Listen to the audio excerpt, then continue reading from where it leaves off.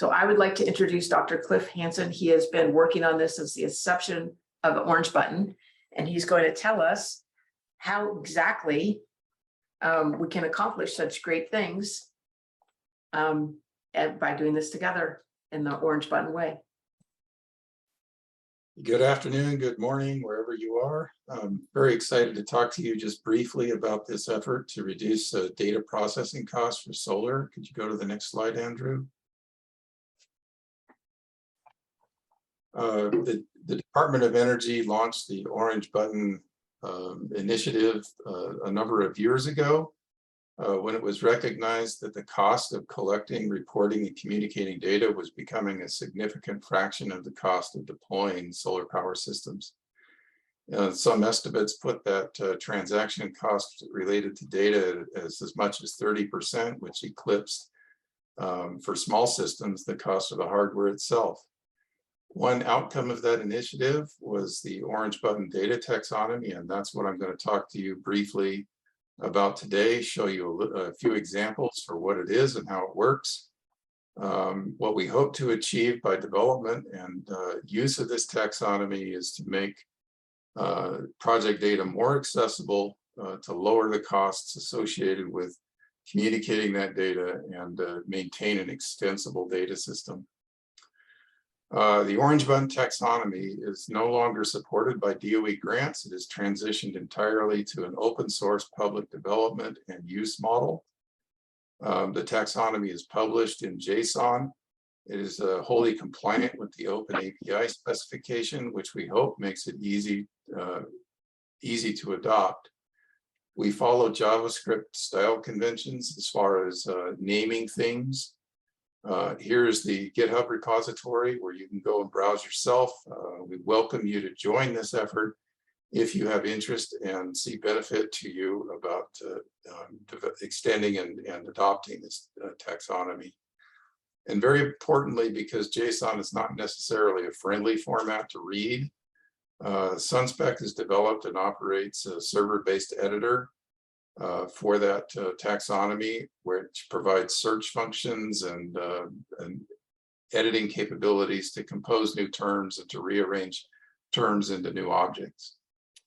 The diagram here illustrates how the taxonomy is intended to work.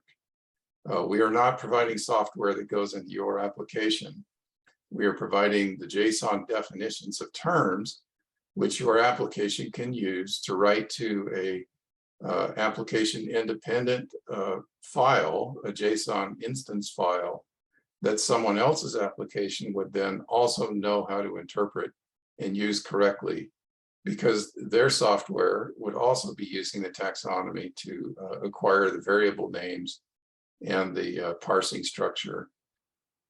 So the Orange Button taxonomy serves as the referee at this interface between software applications.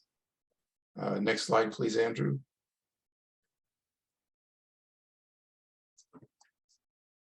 When we look at the taxonomy itself, we will see a collection of terms at a base layer. And here's an example. We have a term in the taxonomy called energy AC. This is meant to communicate one value of AC energy. Each term at this base layer comes with a set of primitives that gives us some data about that value. In this case, there's a start time and an end time that define the time interval that value of energy is associated with. A units field that tells you what unit is associated with that value, and a capability to indicate a precision or a number of significant digits in that value. Individual terms like energy AC can be bundled together with other terms, in this case, a device ID, which I believe is requiring a UUID or some other string that uniquely identifies what measured that energy value. We can group those terms within objects, in this case named energy measurements. Those objects can actually be formed as arrays, so I don't have to communicate these one at a time. I can communicate a set of measurements, each of which come with their own timestamp. And the objects can be children of larger objects. In this case, the energy measurements can be associated with a unique identifier for a site. And those together can document the energy production from a solar facility. Can you go to the next slide, please? The taxonomy is an active development. Although we're rapidly acquiring what I call user inertia, which is the point at which you can't start changing names. You have to consider that any name change might break somebody's application. And so we are committed to that open source model. Deprecation cycles when needed, additive changes greatly preferred over any kind of a breaking change. We just recently released a version. We use a year, month, a time-based versioning system rather than semantic.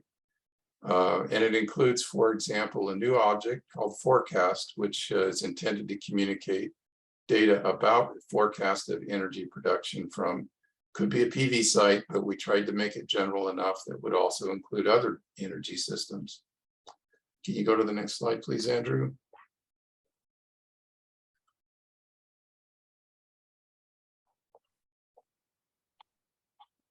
So I believe that is the last slide that I am going to speak to, and we will transition now to our panel discussion.